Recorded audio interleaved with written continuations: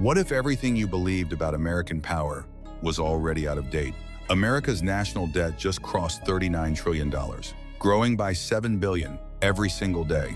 The U.S. just launched a war in the Middle East against a country that was days away from signing a peace deal. And China just recorded its highest ever trade surplus, while American exports collapsed. This is not fear-mongering. These are facts happening right now, in real time. By the end of this video, you will understand exactly why the United States is losing its grip on global power and what that means for all of us. Stay with me. This one changes everything. To understand why America is falling, you first need to understand how dominant it once was. World War II is over. Europe destroyed, Asia devastated. America had everything. The bomb, the money, the plan. The US built the United Nations, created NATO, founded the IMF and the World Bank. Every institution that ran the world was either created or controlled by America. And then Nixon struck a deal with Saudi Arabia that all global oil would be traded in US dollars. The petrodollar was born. Suddenly, every country needed dollars just to survive. America could print money and fund the most powerful military in history, like no nation ever could. By the 1990s, after the Soviet collapse, America stood alone at the top. One superpower, one set of rules, one world order, made in Washington, D.C. But here's the thing about peaks. The only direction from a peak is down. The cracks didn't appear overnight. They build up slowly, like water eroding a foundation. Crack 1, the forever wars. Afghanistan, Iraq, Libya, Syria, 20 years, $3 trillion, thousands of lives. And what did America get? Afghanistan fell back to the Taliban, as if America had never been there. The world watched America invade Iraq over weapons that did not exist, watched Abu Ghraib, watched civilian drone strikes called collateral damage. America's moral authority shattered. Crack 2, the 2008 financial crisis. The engine of global capitalism nearly collapsed. Banks bailed out with taxpayer money. One country watched very closely, China. And China decided it would build its own financial system. Remember that. Crack 3, America fighting itself. A government shutdown in February 2026. A budget deficit of $1 trillion. And January 6th, the world watched the U.S. Capitol under siege by Americans. They didn't see the world's greatest democracy. They saw a country tearing itself apart. And right now, as you watch this, something massive is happening in the Middle East. February 28, 2026, the U.S. and Israel launch Operation Epic Fury, a surprise strike on Iran. Iran's supreme leader, killed within the first hours. But Iran retaliated, hundreds of missiles, thousands of drones, striking U.S. bases, oil infrastructure, airports, and ships in the Strait of Hormuz. Oil prices surged, markets dropped, flights grounded. Now here's the part that should shock you. Just days before the strikes, Iran had agreed to nuclear talks. Peace was within reach. And America struck anyway. Allies were stunned.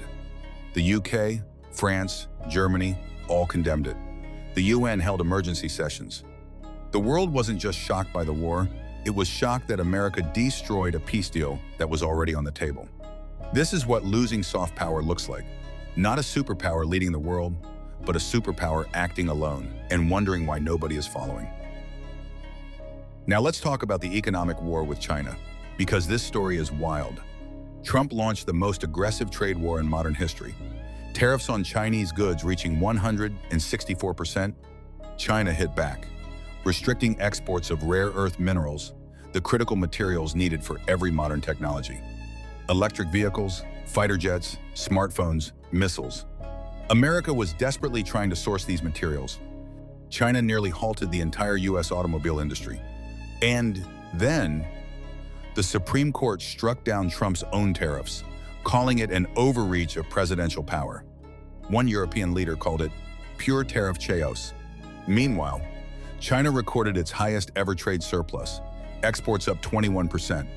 The trade war designed to weaken China ended up exposing just how dependent America had become on its supposed rival. And while all of this was happening, the rest of the world was moving. China controls 80% of global rare earth minerals, has 6 of the world's 10 busiest ports, graduates 5 times more engineers per year than America. and is the largest trading partner for over 120 countries. Russia. Despite massive sanctions, India kept buying Russian oil. China kept buying Russian gas. The global South refused to take sides. American sanctions, once the most powerful weapon in the world, no longer work. And BRICS, now expanded to include Saudi Arabia, Iran, UAE, Egypt, and Ethiopia, represents over 40% of the world's population. But here is the headline that should stop every American cold. Saudi Arabia, America's oldest oil ally, is now discussing selling oil in currencies other than the dollar. If the petrodollar falls, everything falls. And underneath all of this, a ticking time bomb. America's national debt, nearly $39 trillion. Over $113,000 for every single American, growing by $7 billion every single day. In 2025 alone, America paid $1.2 trillion just in interest on that debt. Not paying it down, not investing it, just paying the interest. And projections show interest payments exceeding $2 trillion per year by 2036. America is spending more on debt interest than most countries spend on their entire government. This is not sustainable. But perhaps the biggest loss is something you can't put a number on. Soft power, the ability to lead through respect and not fear. In 2025, America withdrew from the World Health Organization, shut down USAID, cut UN funding. Every gap America left, China quietly filled. Across Africa, China is now building the hospitals, roads, and schools America used to fund.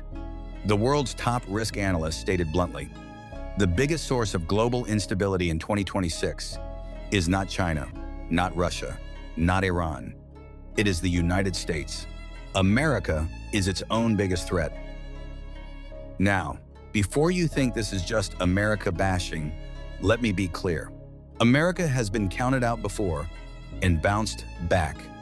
After Vietnam, after Watergate, after the 1970s crisis, people said America was finished. They were wrong.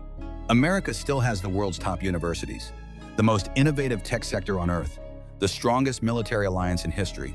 But in the past, America's rivals were weak and isolated. Today, China is rich, connected, and powerful.